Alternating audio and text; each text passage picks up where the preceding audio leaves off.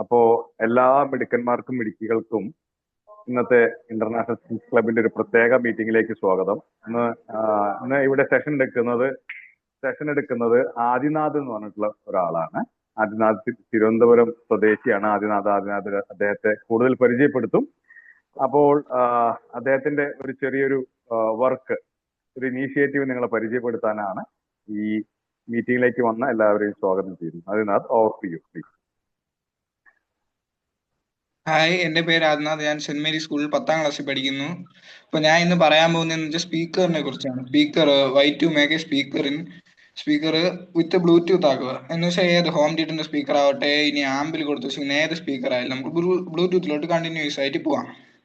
അതിനായിട്ട് നമ്മൾ എടുക്കുന്നതെന്ന് വെച്ചാൽ ഒരു ബ്ലൂടൂത്തിന്റെ മൊഡ്യൂളും ഒരു 3.7 വോൾട്ട് ബാറ്ററിയും പിന്നെ അതിന്റെ 3 പിന്നാണ്. പിന്നെന്ന് ഉദ്ദേശിക്കുന്ന വേറെ ഇത് ചെയ്യുന്ന രീതിയിലുള്ള ഈ രീതിയിലുള്ള പിന്നാണ് ഞാൻ യൂസ് ചെയ്യുന്നത്. അങ്ങനെയുള്ള പിന്നുകളാണ് ഞാൻ യൂസ് ചെയ്യുന്നത്.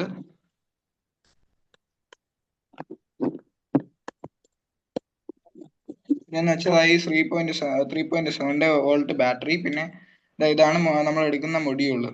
പിന്നെ ഇത് ഞാനൊരു ഹോം തിയേറ്ററിന്റെ സ്പീക്കറിൽ നിന്ന് അഴിച്ചെടുത്ത് അതിരുന്നപ്പോൾ കിറെന്ന് കേൾക്കുമായിരുന്നു. ഇതിപ്പോ ഈ ബ്ലൂടൂത്തിലോട്ട് നമ്മൾ ചേഞ്ച് ചെയ്തതിനു ശേഷം ഇത് നല്ല വോളിയം ഇത് ചെയ്യുന്നുണ്ട്.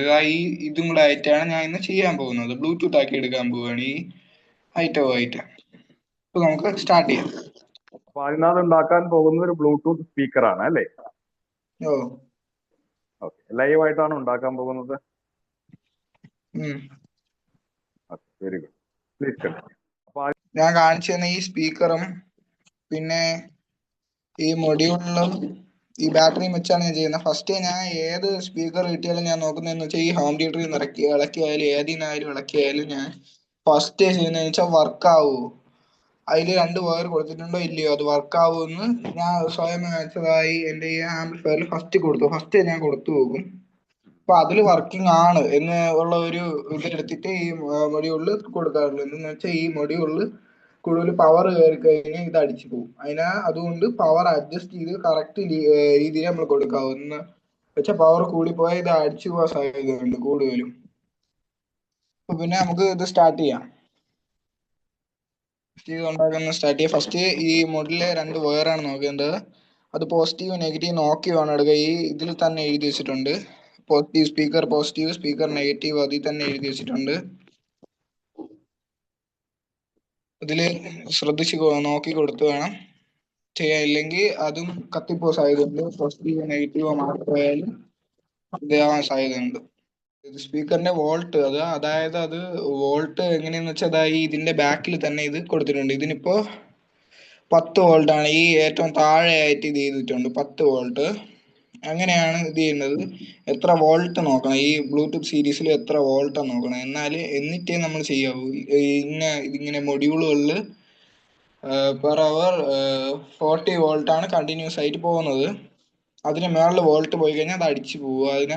അതിനാൽ നമ്മൾ ഈ ഏത് സ്പീക്കർ ആയാലും ഇപ്പൊ ഏത് സീരീസ് ആയാലും, ഇപ്പൊ പൈനിയറിന്റെ ഗോൾഡൻ സീരീസ് ആയാലും ഇതിന്റെ ടൊയോട്ടോന്റെ ഗോൾഡൻ സീരീസ് ആയാലും JBL ആയാലും നമ്മൾ വോൾട്ട് അനുസരിച്ച് കൊടുക്കാവൂ, ഇല്ലെങ്കിൽ അത് അടിച്ചു പോകും. ചിലത് JBL 1200 വോൾട്ട് പറഞ്ഞുണ്ട്. അത് പക്ഷെ ബ്ലൂടൂത്തിലാക്കാം, കുഴപ്പമില്ല. പക്ഷെ അതൊക്കെ വോൾട്ടിനനുസരിച്ചുള്ള മൊഡ്യൂളുകളുണ്ട്. അത് ഓരോ മൊഡ്യൂളുകളും വേറെയാണ്. ഇതിപ്പോ ഞാൻ എടുത്തിരിക്കുന്നതെന്ന് വെച്ചാൽ MP3യുടെ ഒരു സാധനമാണ്, വിത്ത് FM മൊഡ്യൂളാണ് ഞാൻ കൊടുത്തിരിക്കുന്നത്.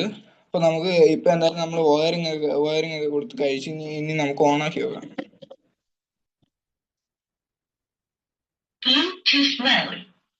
ഇതാണ് ഇങ്ങനെ ഇതാവും. നമ്മള് ഈ ബോക്സിൽ നിന്നാണ് ഞാൻ ഇത് ഇപ്പൊ അഴിച്ചെടുത്തിരിക്കുന്നത്. ഈ വൈറ്റ് ഇതിൽ തന്നെ ഞാൻ തിരിച്ച് ബ്ലൂടൂത്ത് ആക്കി തന്നെ വെക്കും. ഇതിപ്പോ ഞാൻ ടെസ്റ്റ് ചെയ്ത് നോക്കിയതാണ് ഓൺ ആവോ ഇല്ലേ എന്നൊക്കെ നോക്കിയതാണ്.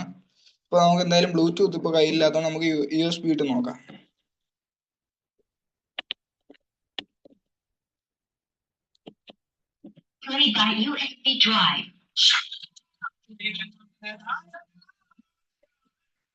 അപ്പൊ ഇതിങ്ങനെയാണ് ഓരോന്നും ചെയ്യുന്നത്. എന്റെ സെക്ഷന് ഇത്രേ ഉള്ളൂ. ബൈ. Thank you Adinath.